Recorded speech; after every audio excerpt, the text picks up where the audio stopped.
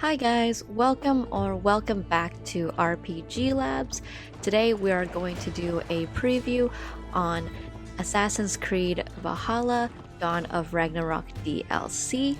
If you like today's video, remember to smash the like button, and if you like our content, please remember to subscribe. Dawn of Ragnarok is going to feature the new Dwarven artifact called the Hugr-Rip.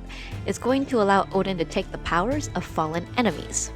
To charge the Hugr-Rip, Odin can collect these Hugr Blossoms, or go to a shrine of Yggdrasil where he trades a portion of his health to gain Hugr.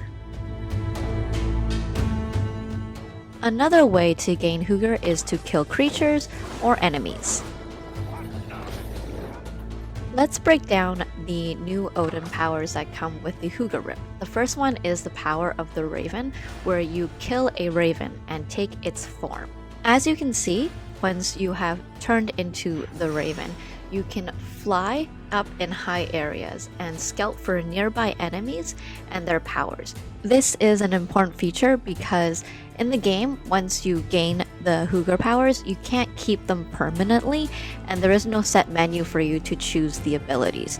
You have to go around the area and find enemies with the power that you want and take it from them. To return to the ground, you can just land with a click of a button.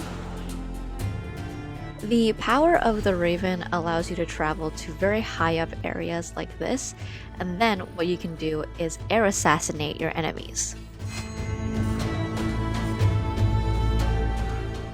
The next power is the power of Muspelheim, where you can walk on lava and fire without taking any damage, and you can also disguise as a Muspel so that your enemies don't come and attack you.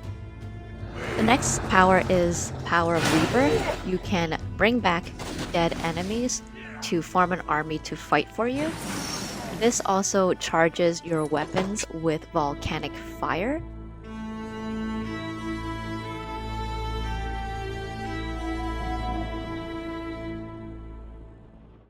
Next is the power of Jotunheim, where you can use your arrow to teleport to certain points.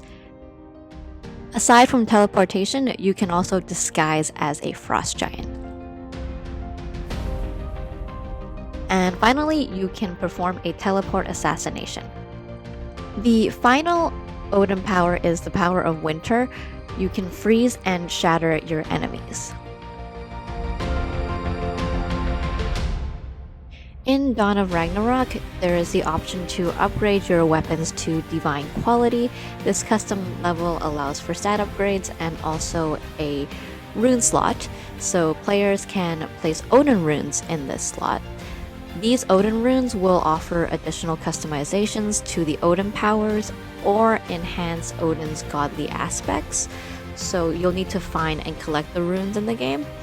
Runes that relate to the Odin powers are only available in Svartalfheim, whereas runes related to Odin's godly aspects, those are available outside of Svartalfheim as well.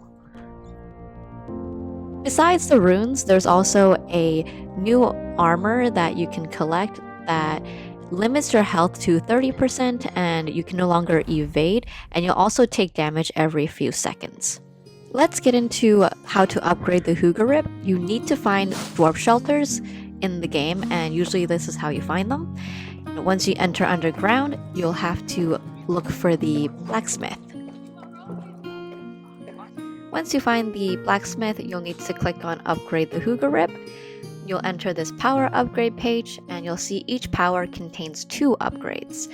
So one is for increasing duration of the power, and the second one is an additional feature. So with the Raven, the air assassination, that would be a feature that you can upgrade to. Another important upgrade is the Hugr-Rip. This is going to unlock a second Hugr bar, so you can gain more Hugr and use 2 consecutive powers. When you perform a Hugr power, you'll see this gauge that shows you how much time you have remaining before you lose it. And then on the side, you have 2 Hugr bars, which you have to charge up in order to perform Hugr.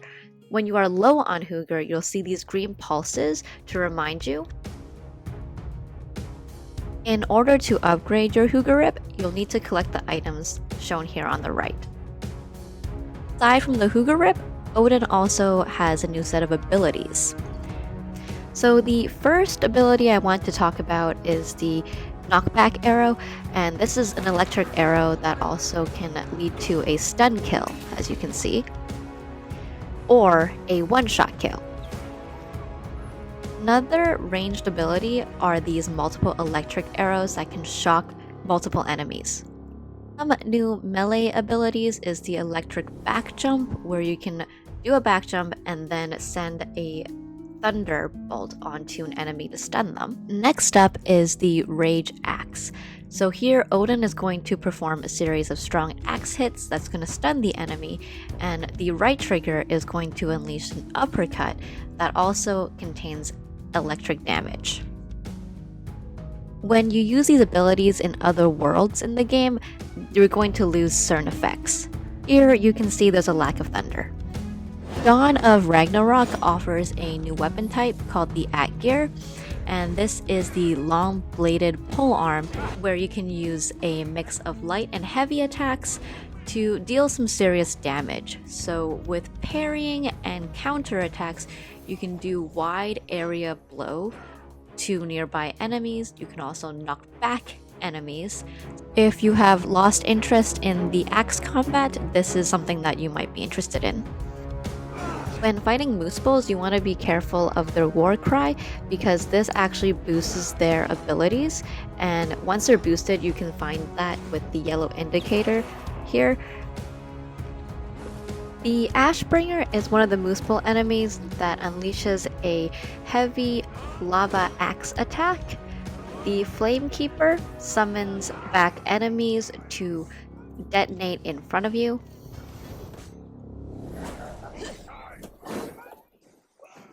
And finally, we're going to end the video with talking about the Valkryie Arena, which is run by Kara the Valkyrie.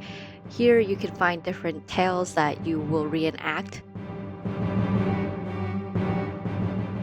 So Kara's pick is a special challenge. You will tell Kara a tale that she has selected and tailored to obtain a large amount of tokens.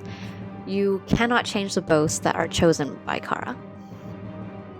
You can add boasts, which are challenge modifiers, to each tale, and these boasts can be combined so that you can receive more rewards, and you can choose up to 14 boasts.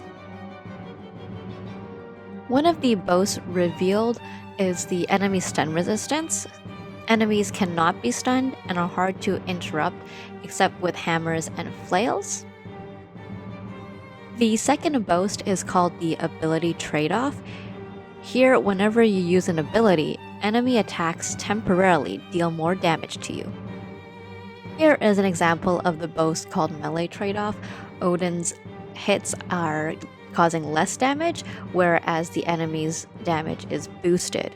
So to counteract this, you can use the power of Rebirth so that you bring back some enemies before the damage reduction becomes a significant issue. The enemies brought back have enhanced melee damage and can unleash this on their own kin. Finally, in the arena, you want to try different challenges with different boasts because repeating challenges will cause you to gain less rewards, and this is because of Kara's interest. As you can see here, it's important to keep Kara interested by telling tales with boasts you haven't used. I hope you enjoyed today's video. Thanks for watching. Let me know down in the comment section below what you think about the Dawn of Ragnarok DLC. And for those who are interested in this game, please stay tuned for some content on tips and tricks for Dawn of Ragnarok on our channel. Remember to subscribe if you like our content, and we will see you next time.